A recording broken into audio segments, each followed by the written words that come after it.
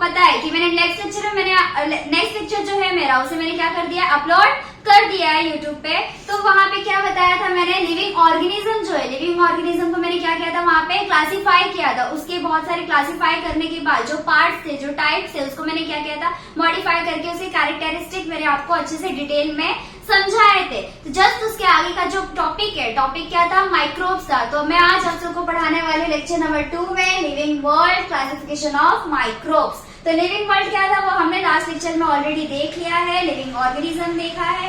तो अब हम देखेंगे क्लासिफिकेशन ऑफ माइक्रोब्स। तो सबसे पहले मैं आपको बताना चाहूंगी व्हाट इज माइक्रोब्स। माइक्रोब्स क्या होता है, माइक्रोब्स वो होता है, माइक्रोब्स एक ऐसा ऑर्गेनिज्म है जिसे हम देख नहीं सकते, जिसको हम क्या करते हैं, देख नहीं सकते। तो माइक्रोब्स को मैं क्या करती हूँ, अभी यहाँ पे क्लासिफाई करती हूँ। तो फर्स्ट यहाँ पे क्या है, माइक्रोब्स है। माइक्रोब्स के 2 टाइप्स होते हैं। पहला क्या होता है, प्रोकैरियोटिक सेल, दूसरा क्या होता है, यूकैरियोटिक सेल। प्रोकैरियोटिक एक ऐसा सेल है, प्रोकैरियोटिक एक ऐसा सेल है जिसके अंदर क्या रहता है, सेल डेवलप नहीं करता है। बिकॉज क्यों नहीं करता है, लाइक यहाँ पे देख लो, ये क्या है, ये आपका सेल है, ओके, ये क्या है, सेल। अब ये जो डॉट डॉट है, ये जो डॉट डॉट मैंने बनाया, ये क्या है, न्यूक्लियर मेम्ब्रेन। ये क्या है, न्यूक्लियर मेम्ब्रेन।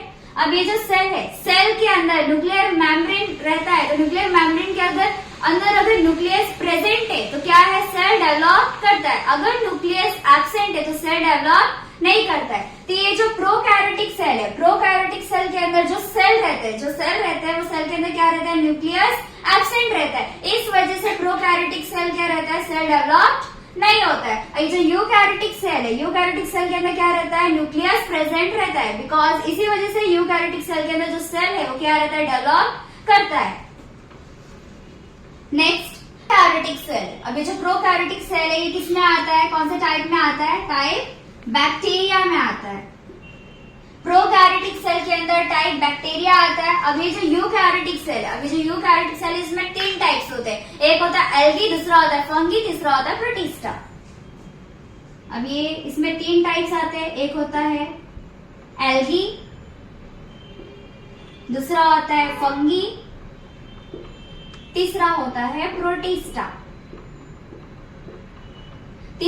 प्रोटिस्टा। तो मैंने आप सबको क्या बताया, सबसे पहले हम क्या कर रहे हैं, माइक्रोब्स को हम क्लासिफाई कर रहे हैं। तो माइक्रोब्स के मैंने 2 टाइप्स बताए थे आपको, एक था प्रोकैरियोटिक सेल, दूसरा था यूकैरियोटिक सेल। तो जो प्रोकैरियोटिक सेल था उसमें हमें कौन सा टाइप मिला, बैक्टीरिया मिला, और यूकैरियोटिक सेल में हमें एल्गी मिला, फंगी मिला और प्रोटिस्टा मिला। तो this is basic types of micro organisms. तो मैंने आप सबको ये बताया कि बैक्टीरिया, एल्गी, फंगी, प्रोटिस्टा। तो मैं नेक्स्ट टॉपिक में मैं इसे एकदम अच्छे से इसकी कैरेक्टरिस्टिक बताऊंगी, इसको एक्सप्लेन करूंगी कि व्हाट इज बैक्टीरिया, एल्गी क्या है, फंगी में कौन से फंक्शंस होते हैं, क्या पार्ट्स है, प्रोटिस्टा क्या है, ये अभी मैं नेक्स्ट टॉपिक में एक्सप्लेन करती हूँ। तो स्टूडेंट मैं आज सबको एक बताने वाली हूँ, जैसे कि मैंने पढ़ाया था कि माइक्रोब्स को मैंने क्या किया, क्लासिफाई किया कि माइक्रोब्स में क्या है। तो फर्स्ट ऑफ ऑल पहले बैक्टीरिया है। तो बैक्टीरिया क्या होता है, बैक्टीरिया क्या होता है, उसको अच्छे से डिटेल में पढ़ेंगे, उसे कैरेक्टरिस्टिक पढ़ेंगे। तो पहला क्या है हमारा बैक्टीरिया। What is bacteria. अगर मैं बैक्टीरिया की साइज की बात करूं तो बैक्टीरिया की साइज कितनी होती है, 1 माइक्रोमीटर टू 10 माइक्रोमीटर तक होती है।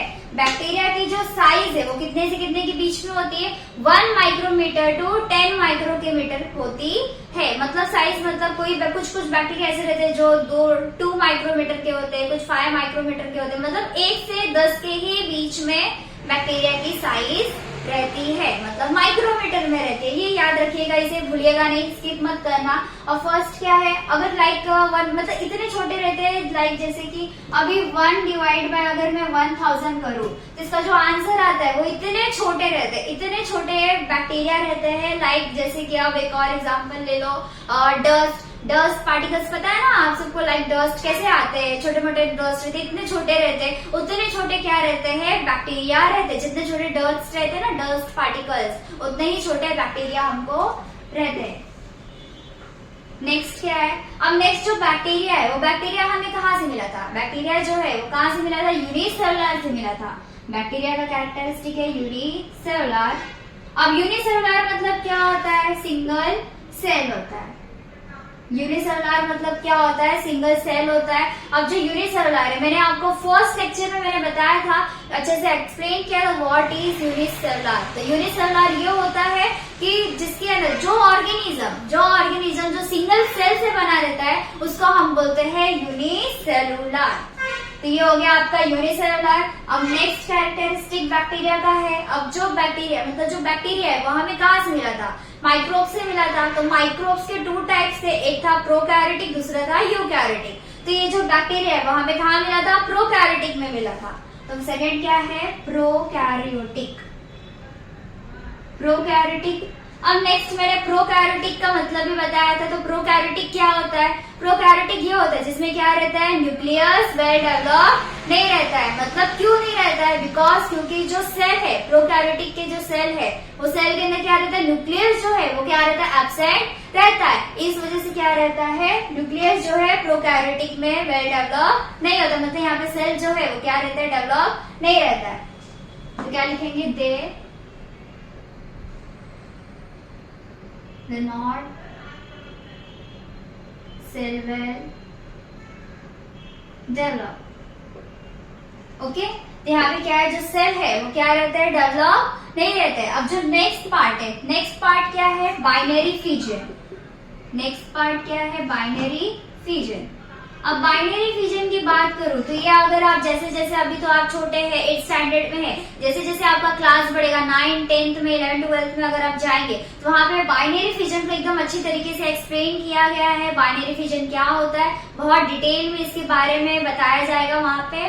फिलहाल अभी तो मैं उतना डिटेल में नहीं बताने वाली, बिकॉज आप क्या हो जाएंगे, कंफ्यूज हो जाएंगे। तो इसके बस मेन टॉपिक्स ही बता दूंगी कि बाइनरी फिजन एक्चुअली होता क्या है। बिकॉज जैसे कि अभी देखो साइंस कितना बड़ा है, अभी साइंस में जितना ही डीप में, जैसे ये खाई है, खाई में तुम जितना ही अंदर जाओगे उतना ही तुम्हें बहुत कुछ जानने को मिलेगा, बहुत कुछ देखने को मिलेगा। तो वैसे ही साइंस है।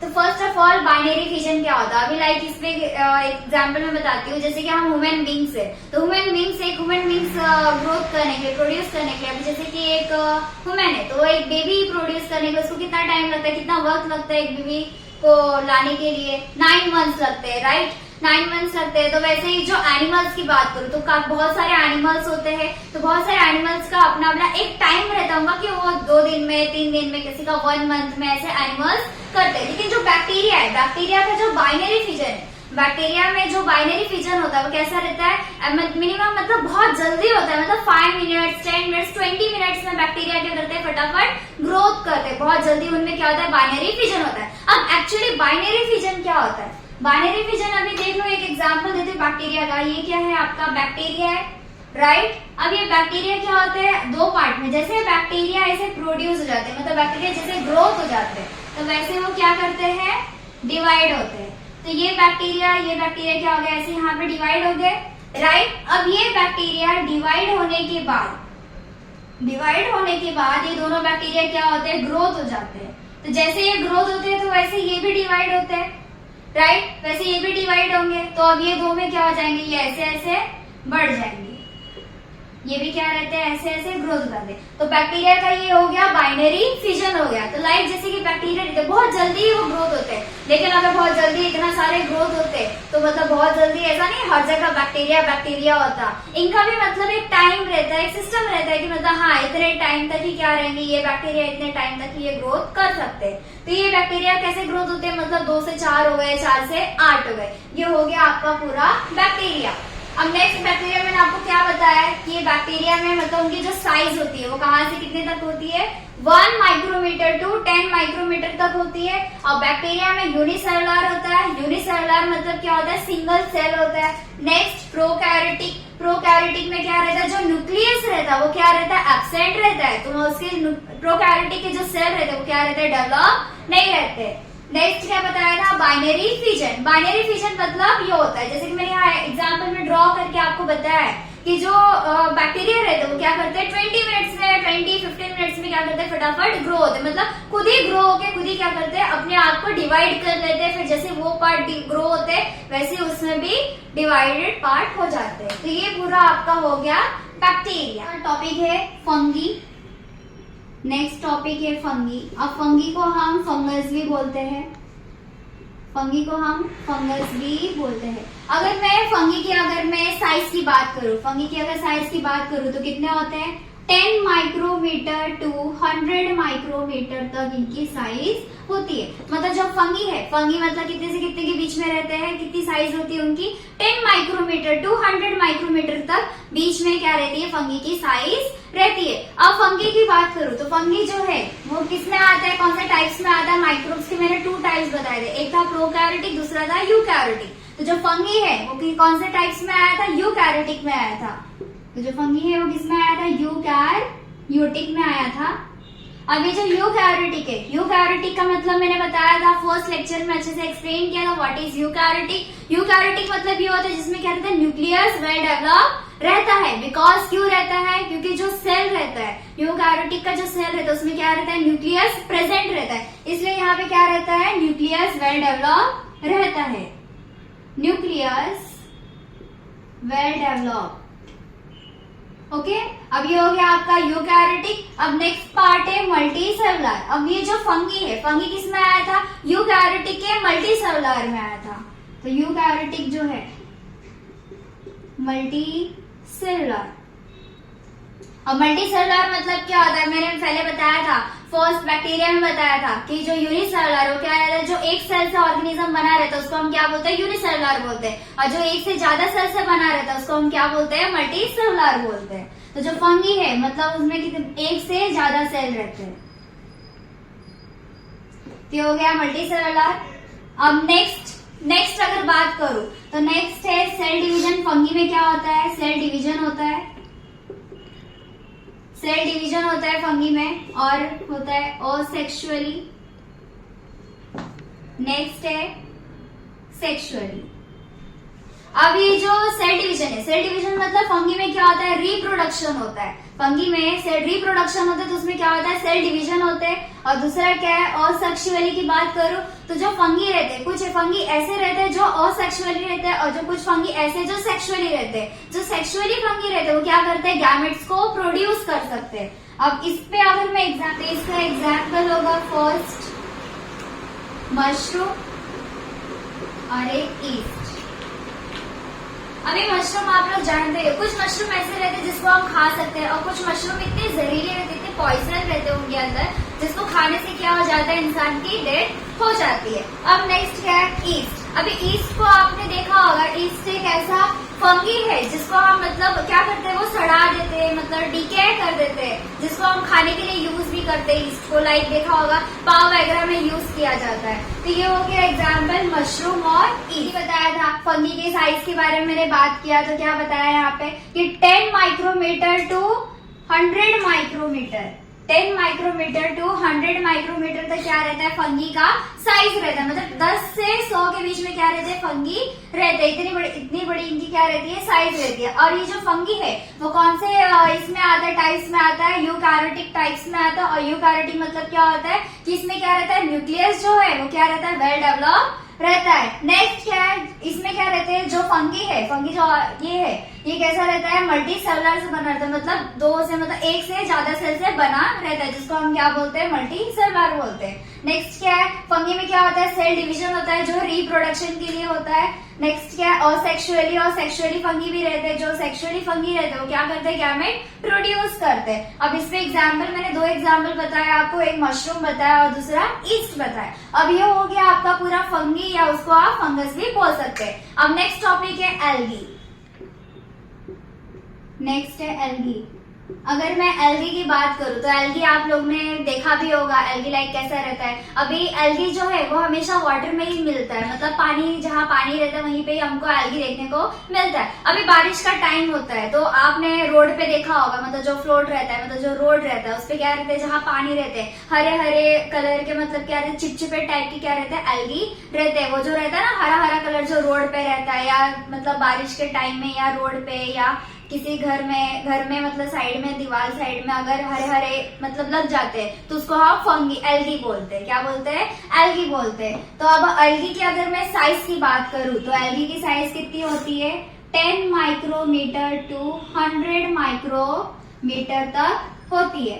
अब एल्गी की मैं साइज की बात करूँ तो 10 माइक्रोमीटर टू 100 माइक्रोमीटर तक उसकी साइज होती है। मतलब कुछ एल्गी ऐसे रहते हैं जिसको हम देख नहीं सकते और कुछ एल्गी ऐसे रहते हैं जिसको हम देख सकते हैं। और नेक्स्ट एल्गी जो है, एल्गी हमें किसमें मिलता है, यूकैरियोटिक में, मल्टी सेलुलर में मिलता है। तो फर्स्ट इसका क्या रहेगा, मल्टी सेलुलर। मल्टी सेलुलर मतलब जो एल्गी है, एल्गी कैसा रहता है, सिंगल सेल से नहीं बना रहता है। एल्गी मतलब एक से ज्यादा सेल से बना रहता है, उसको हम बोलते हैं मल्टी सेलुलर बोलते हैं, मतलब मैनी सेल्स। अब नेक्स्ट क्या है इसका कैरेक्टरिस्टिक, नेक्स्ट ये है कि जो एल्गी है वो हमें किसमें मिला था, जैसे कि माइक्रोब्स में से हमें एल्गी मिला था। माइक्रोब के 2 टाइप्स होते हैं, एक होता है प्रोकैरियोटिक, दूसरा होता है यूकैरियोटिक। तो जो एल्गी वो हमें किसमें मिला था, यूकैरियोटिक में मिला था, यूकैरियोटिक्स में मिला था। अब ये जो यूकैरियोटिक है, यूकैरियोटिक मतलब मैंने क्या बताया था कि इसमें क्या होता है, जो न्यूक्लियस है वो क्या रहता है, प्रेजेंट रहता है। तो इसमें क्या होता है, सेल डेवलप होता है। नेक्स्ट मैंने क्या बताया, नेक्स्ट क्या है इसका, नेक्स्ट कैरेक्टरिस्टिक जो एल्गी रहता है वो कैसा रहता है, ग्रीन इन कलर का रहता है। नेक्स्ट जो एल्गी है वो कैसा रहता है, ग्रीन इन कलर का रहता है, मतलब ग्रीन कलर का रहता है। कहीं पे भी एल्गी देखो ग्रीन कलर का रहता है। और कुछ कुछ एल्गी ऐसे भी रहते हैं, ब्लू कलर के भी रहते हैं एल्गी, ब्राउन कलर के भी एल्गी रहते हैं, रेड कलर के भी एल्गी रहते हैं। लेकिन यहाँ पे क्या बताया, ऑलमोस्ट ग्रीन कलर के एल्गी रहते हैं। जो ग्रीन कलर के एल्गी रहते हैं वो ग्रीन कलर क्यों रहता है, क्योंकि उसमें क्या रहता है, पिगमेंट प्रेजेंट होता है। उसमें क्या रहता है, पिगमेंट प्रेजेंट होता है, पिगमेंट प्रेजेंट रहता है। अभी जो पिगमेंट प्रेजेंट है वो किस पे रहता है प्रेजेंट, मतलब जो क्लोरोप्लास्ट रहता है, जो क्लोरोप्लास्ट रहता है उसमें क्या रहता है कि पिगमेंट प्रेजेंट रहता है। इस वजह से एल्गी का कलर क्या रहता है, ग्रीन कलर होता है। अब ये हो गया आपका एल्गी। अब एल्गी पे मैं अगर एक एग्जाम्पल दूं, एल्गी पे अगर एक एग्जाम्पल देना चाहूँ तो इसका एग्जाम्पल क्या रहेगा, कॉलेरा और एक्सेट्रा। अभी जो कॉलेरा ये क्या है, एक एल्गी है।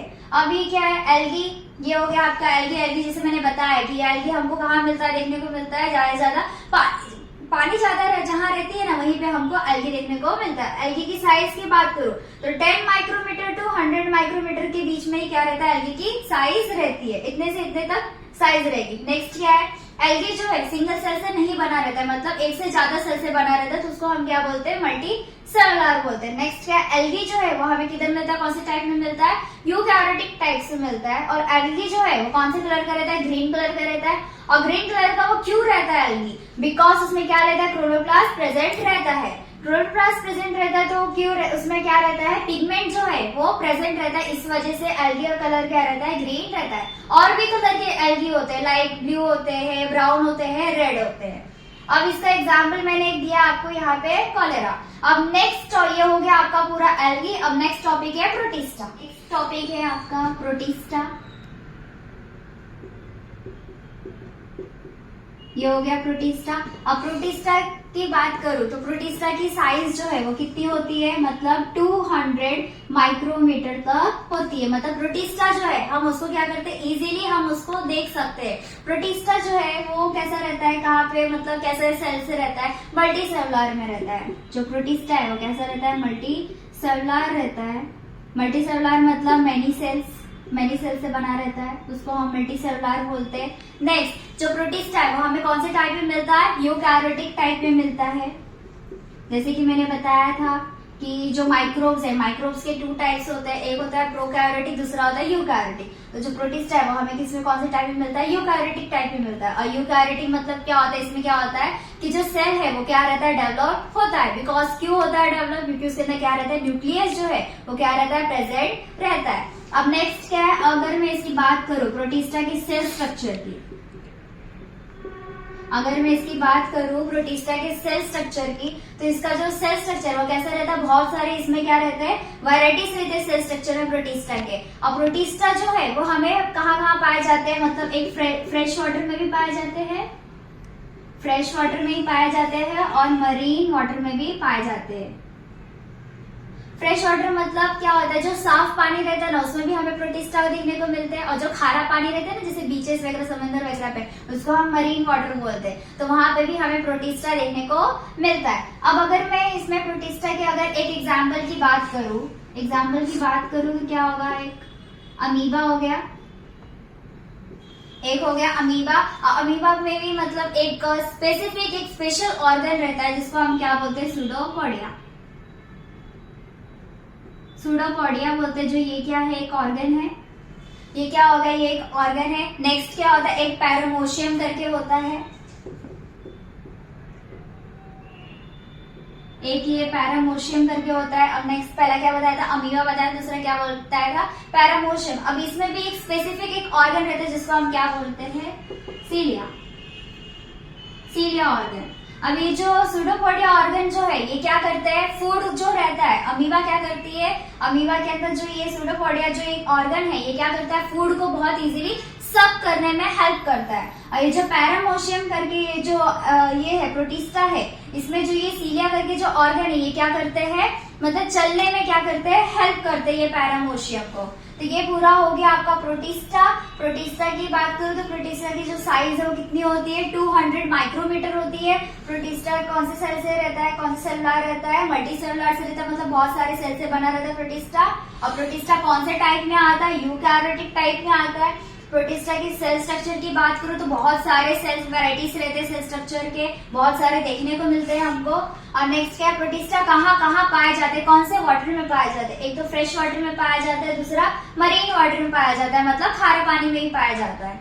नेक्स्ट अगर इसके एग्जाम्पल की बात करूं तो अमीबा और एक पैरामोशियम है। तो अमीबा में एक ऐसा ऑर्गन है जिसको हम क्या बोलते हैं, सूडोपोडिया बोलते हैं। तो ये क्या हेल्प करता है, ये फूड को सक करने में हेल्प करता है। और जो पैरामोशियम है इसमें एक सीलिया करके एक ऑर्गन है और ये क्या करता है, पैरामोशियम को ये ऑर्गन जो है ये चलने में हेल्प करता है। तो ये पूरा हो गया आपका प्रोटिस्टा। अब जो नेक्स्ट टॉपिक है, नेक्स्ट टॉपिक क्या है, वायरसेस। नेक्स्ट टॉपिक है वायरसेस। अगर मैं वायरस की बात करूं तो वायरस हमें दिखता है या नहीं, वायरस हमें बिल्कुल भी नहीं दिखता है। अगर वायरस हमें दिखता तो लाइक जैसे कोविड का टाइम जब चल रहा था, तो जब कोरोना हमारे पास आ रहा था, अगर हम देख सके तो हम तो दूर हट जाते, भाई कोरोना आ रहा है हमारे पास तो हम क्यों उस वायरस को अपने पास लेके आए। लेकिन क्या है, यहाँ पे जो वायरस है वो हमें दिखता नहीं है, बिकॉज उसकी साइज जो है वो कैसी रहती है, नैनोमीटर में रहती है। कितने से कितने तक होती है, जो वायरस की साइज है वो 10 नैनोमीटर टू 100 नैनोमीटर तक होती है। अभी इसके पहले जो मैंने बैक्टीरिया, एल्गी, फंगी के बारे में जो बताया था, उनकी साइज जो थी वो तो माइक्रोमीटर में थी, मतलब हम देख भी सकते हैं। लेकिन ये जो वायरसेस है, वायरसेस की जो साइज है वो कैसी रहती है, 10 नैनोमीटर टू 100 नैनोमीटर में। नैनोमीटर मतलब इतने स्मॉल अमाउंट में रहता है जो हमें दिखता भी नहीं है। लाइक तुम्हें एयर दिखता है क्या, नहीं, वैसे ही वायरसेस रहते हैं, इतने स्मॉल अमाउंट में रहता है जो हमें दिखता नहीं है। स्पेशली हमें वायरस को देखने के लिए, स्पेशली अगर आप वायरस को अगर देखना चाहते हैं तो आपको उसको देखने के लिए स्पेशली इलेक्ट्रॉन माइक्रोस्कोप यूज करना पड़ेगा। इलेक्ट्रॉन माइक्रोस्कोप का हेल्प लगेगा, उसमें ही आप वायरसेस को अच्छी तरीके से आप देख सकते हो। अभी जो वायरसेस है, वायरस कैसा रहता है, एक नॉन लिविंग थिंग है। ये जो वायरसेस है ये क्या है, नॉन लिविंग है। जब ये वायरसेस जब मतलब एंटर करता है, मतलब जब ये किसी सेल में वायरस जब एंटर करता है तो क्या हो जाता है, एक्टिव हो जाता है। जो वायरसेस है, बट एंटर इन सेल तो बिकम एक्टिव। जो वायरस रहता है, जो नॉर्मल वायरस रहते हैं वो कैसे रहते हैं, पहले नॉन लिविंग रहते हैं, मतलब एक्टिव नहीं रहते। जब वो किसी सेल में चले जाते हैं तो उनको क्या मिल जाता है, वायरस को एनर्जी मिल जाता है, फूड मिल जाता है। वायरस जैसे जैसे स्प्रेड होते हैं उनको फूड मिलता है ना। जैसे कि किसी ह्यूमन बॉडी में नॉर्मल वायरस आ गया तो क्या बोलते हैं, पूरा शरीर चूस लेते हैं। जैसे कि लाइक चिकन पॉक्स होता है जिसको हम बोलते हैं माता आ गई, माता आ गई। और चिकन पॉक्स क्या है, एक वायरस ही है ना। अगर किसी को घर में एक को हो जाता है तो दूसरे को, तीसरे को ऐसे जल्दी ही स्प्रेड हो जाता है, वो एक तरीके का वायरस रहता है। तो ये वायरस क्या रहता है, बहुत जल्दी स्प्रेड होता है। तो स्प्रेड होने के साथ साथ क्या होता है, वो वायरस कैसे फैलता है, कैसे ग्रोथ होता है। जब वो वायरस है वो पहले क्या रहता है, नॉन लिविंग रहता है। जब वो किसी सेल में जब एंटर करता है ना, एंटर करने के बाद जो वायरस है वो क्या हो जाता है, एक्टिव हो जाता है। और बहुत इजीली वो क्या रहता है, एक पर्सन से दूसरे पर्सन पे क्या हो जाता है, बहुत जल्दी स्प्रेड करता है। लाइक जैसे छींकने से होता है, खांसने से वायरस फैलता है। अगर वायरस के बारे में अगर आपको बहुत ज्यादा स्टडी करना है, पूरा ज्यादा पढ़ाई करना है कि वायरस को बारे में अगर डिटेल में पढ़ाई करना है तो आपको माइक्रोबायोलॉजी सब्जेक्ट को पढ़ना पड़ेगा। उसमें क्या रहता है, वायरस के बारे में पूरा डिटेल में बताया गया है माइक्रोबायोलॉजी में। और जो वायरसेस है, वायरसेस में कुछ टाइप के मटेरियल होते हैं, लाइक डीएनए है और आरएनए भी है। वायरसेस में डीएनए भी मटेरियल में, डीएनए भी और आरएनए भी है। और जो वायरसेस है, वायरस जो है वो एक मेजर डिजीज है, जो मतलब इन शॉर्टली हमें कहाँ से मिलता है, प्लांट्स और एनिमल्स से मिलता है। क्योंकि प्लांट्स के से बहुत सारे प्लांट्स जंगली वगैरह हम देखते हैं, रोड पे चलते हैं, उनपे मतलब कितने सारे कीड़े मकोड़े लगते हैं। तो जैसे जैसे वो सड़ते हैं, डिके करते हैं, अंदर अंदर पूरा गला देते हैं, वैसे वैसे उनमें से क्या निकलता है, वायरस बाहर आता है। अभी लाइक जैसे कोरोना देखा था ना, कि कैसे कैसे बैट से आया था, इंसान में आया था, फिर इंसान से ऐसे ऐसे ह्यूमन बींग्स में क्या हुआ, इधर से उधर स्प्रेड होते गया। तो वैसे इन शॉर्टली जो वायरस है वो एक मेजर डिसीज है। वो कहाँ से आता है, प्लांट्स और एनिमल से हमें मिलता है वायरसेस। तो ये हो गया पूरा आपका टॉपिक वायरसेस। वायरसेस की अगर साइज की बात करूँ तो कैसे रहते हैं, 10 नैनोमीटर टू 100 नैनोमीटर। ये जो नैनोमीटर साइज है, ये मतलब हमें दिखता बिल्कुल भी नहीं है। और ये क्या है, नॉन लिविंग थिंग रहता है। मतलब जो वायरस है वो कैसा रहता है, नॉन लिविंग में रहता है। जब वो किसी सेल में एंटर करता है तो जो वायरस है वो क्या हो जाता है, एक्टिव हो जाता है। अगर वायरसेस की अगर स्टडी करना है तो उसके लिए हमें क्या करना पड़ता है, माइक्रोबायोलॉजी पढ़ना पड़ता है। उसमें वायरस के बारे में बहुत देखने के लिए अगर आप देखना चाहते हैं तो हमको किसका हेल्प लेना पड़ेगा, इलेक्ट्रॉन माइक्रोस्कोप का हमें हेल्प लेना पड़ेगा। और ये जो वायरसेस है वो एक मेजर डिसीज है। वो हमें कहाँ से मिलता है, इन शॉर्टली प्लांट्स और एनिमल से देखने को मिलता है। और वायरसेस में हम लोग को कुछ मटेरियल्स है, ये क्या मिलते हैं, डीएनए और आरएनए मिलते हैं। ये पूरा हो गया आपका वायरसेस। तो जैसे कि मैंने अभी आप सबको बताया कि वायरसेस के बारे में पूरे डिटेल में आपको पढ़ाया है, तो मैंने ये होता है आपका यहाँ पे लेक्चर जो है, सेकंड लेक्चर जो है यहाँ पे एंड करती हूँ। लेकिन ये लेक्चर में मैंने आपको क्या क्या पढ़ाया है, पहले तो माइक्रोब्स जो है उसको मैंने क्लासीफाई किया है। क्लासीफाई करने के बाद उसमें मैंने प्रोटिस्टा, एल्गी, फंगी और ये वायरसेस के बारे में बहुत डिटेल में अच्छे से पढ़ाया है। इसके पहले का जो टॉपिक है मैंने लेक्चर 1 में मैंने एक अपलोड किया है यूट्यूब पे, तो प्लीज मस्ट, अगर आप देखे नहीं है तो प्लीज मस्ट वॉच कीजिए उसको, एकदम अच्छी तरह देखिए, उसको लाइक कीजिए, सब्सक्राइब कीजिए और शेयर भी कीजिए। और अगर ये सेकंड लेक्चर से रिलेटेड अगर आपको कोई किसी भी प्रकार का, किसी भी तरीके का अगर डाउट है तो आप प्लीज कमेंट पे आप क्वेश्चन कर सकते हैं। मैं उसका आंसर जरूर दूंगी, रिप्लाई जरूर करूंगी आपको। और एक काम और, इसको क्या कीजिए आप, स्पेशली आप इसको लाइक कीजिए, लाइक करने के बाद स्पेशली आप सब्सक्राइब कीजिए, सब्सक्राइब करने अपने फ्रेंड्स और रिलेटिव्स को क्या कीजिए, आप उनको शेयर जरूर कीजिए। तो फिर मिलती हूँ आपको नेक्स्ट लेक्चर में और नया टॉपिक लेके। Thank you.